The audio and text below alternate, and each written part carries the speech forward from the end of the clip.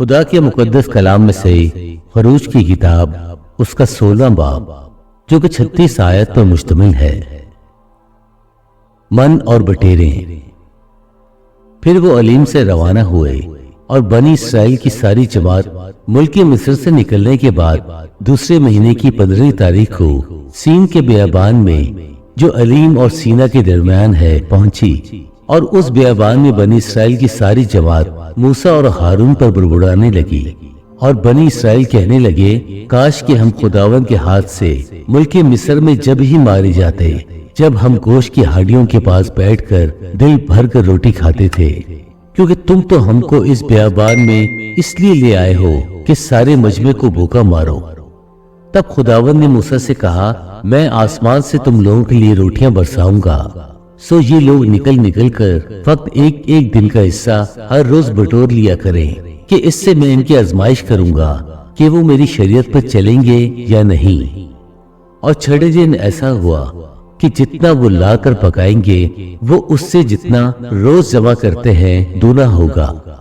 تب موسیٰ اور ہارون نے سب بنی اسرائیل سے کہا کہ شام کو تم جان لو گے کہ جو تم کو ملک مصر سے نکال کر لایا ہے وہ خداوند ہے، اور صبح کو تم خداوند کا جلال دیکھو گے، کیونکہ تم جو خداوند پر بڑبڑانے لگتے ہو اسے وہ سنتا ہے، اور ہم کون ہیں جو تم ہم پر بڑبڑاتے ہو۔ اور موسیٰ نے یہ بھی کہا کہ شام کو خداوند تم کو کھانے کو گوشت اور صبح کو روٹی پیٹ بھر کے دے گا، کیونکہ تم جو خداوند پر بڑبڑاتے ہو اسے وہ سنتا ہے۔ اور ہماری کیا حقیقت ہے؟ تمہارا بڑبڑانا ہم پر نہیں بلکہ خداوند پر ہے۔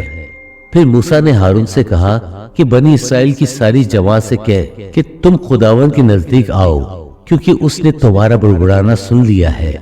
اور جب ہارون بنی اسرائیل کی جماعت سے یہ باتیں کہہ رہا تھا تو انہوں نے بیابان کی طرف نظر کی، اور ان کو خداوند کا جلال بادل میں دکھائی دیا۔ اور خداوند نے موسیٰ سے کہا، میں نے بنی اسرائیل کا بڑبڑانا سن لیا ہے، سو تو ان سے کہہ دے کہ شام کو تم گوشت کھاؤ گے اور صبح کو تم روٹی سے سیر ہوگے، اور تم جان لو گے کہ میں خداوند تمہارا خدا ہوں۔ اور جو ہوا کہ شام کو اتنی بٹیریں آئیں کہ ان کی خیمہ گاہ کو ڈھانک لیا، اور صبح کو خیمہ گاہ کے آس پاس اوس پڑی ہوئی تھی، اور جب وہ اوس جو پڑی تھی سوکھ گئی تو کیا دیکھتے ہیں کہ بیابان میں ایک چھوٹی چھوٹی گول گول چیز، ایسی چھوٹی جیسے پالے کے دانے ہوتے ہیں، زمین پر پڑی ہے۔ بنی اسرائیل اسے دیکھ کر آپس میں کہنے لگے من، کیونکہ وہ نہیں جانتے تھے کہ وہ کیا ہے۔ تب موسیٰ نے ان سے کہا، یہ وہی روٹی ہے جو خداوند نے کھانے کو تم کو دی ہے۔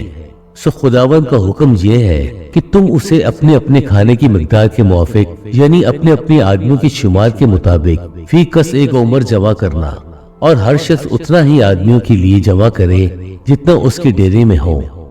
چنانچہ بنی اسرائیل نے ایسا ہی کیا، اور کسی نے زیادہ اور کسی نے کم جمع کیا۔ اور جب انہوں نے اسی عمر سے ناپا تو جس نے زیادہ جمع کیا تھا کچھ زیادہ نہ پایا، اور اس کا جس نے کم جمع کیا تھا کم نہ ہوا۔ ان میں سے ہر ایک نے اپنے کھانے کی مقدار کے مطابق جمع کیا تھا۔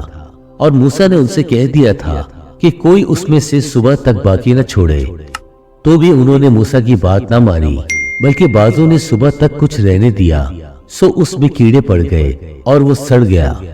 سو موسیٰ ان سے ناراض ہوا، اور وہ ہر صبح کو اپنے اپنے کھانے کی مقدار کے مطابق جمع کر لیتے تھے، اور دھوپ تیز ہوتے ہی وہ پگھل جاتا تھا۔ اور چھٹے دن ایسا ہوا کہ جتنی روٹی وہ روز جمع کرتے تھے اس سے دوری جمع کی، یعنی فی کس 2 عمر۔ اور جماعت کے سب سرداروں نے آ کر یہ موسیٰ کو بتایا۔ اس نے ان کو کہا کہ خداوند کا حکم یہ ہے کہ کل خاص آرام کا دن، یعنی خداوند کا مقدس سبت ہے، جو تم کو پکانا ہو پکا لو، اور جو ابالنا ہو ابال لو، اور جو بچ رہے اسے اپنے لیے صبح تک محفوظ رکھو۔ چنانچہ انہوں نے جیسا موسیٰ نے کہا تھا اسے صبح تک رہنے دیا، اور وہ نہ تو سڑا اور نہ اس میں کیڑے پڑے۔ اور موسیٰ نے کہا کہ آج اسی کو کھاؤ، کیونکہ آج خداوند کا سبت ہے، اس لیے وہ آج تم کو میدان میں نہیں ملے گا۔ 6 دن تک تم اسے جمع کرنا، پر 7ویں دن سبت ہے، اس پہ وہ نہیں ملے گا۔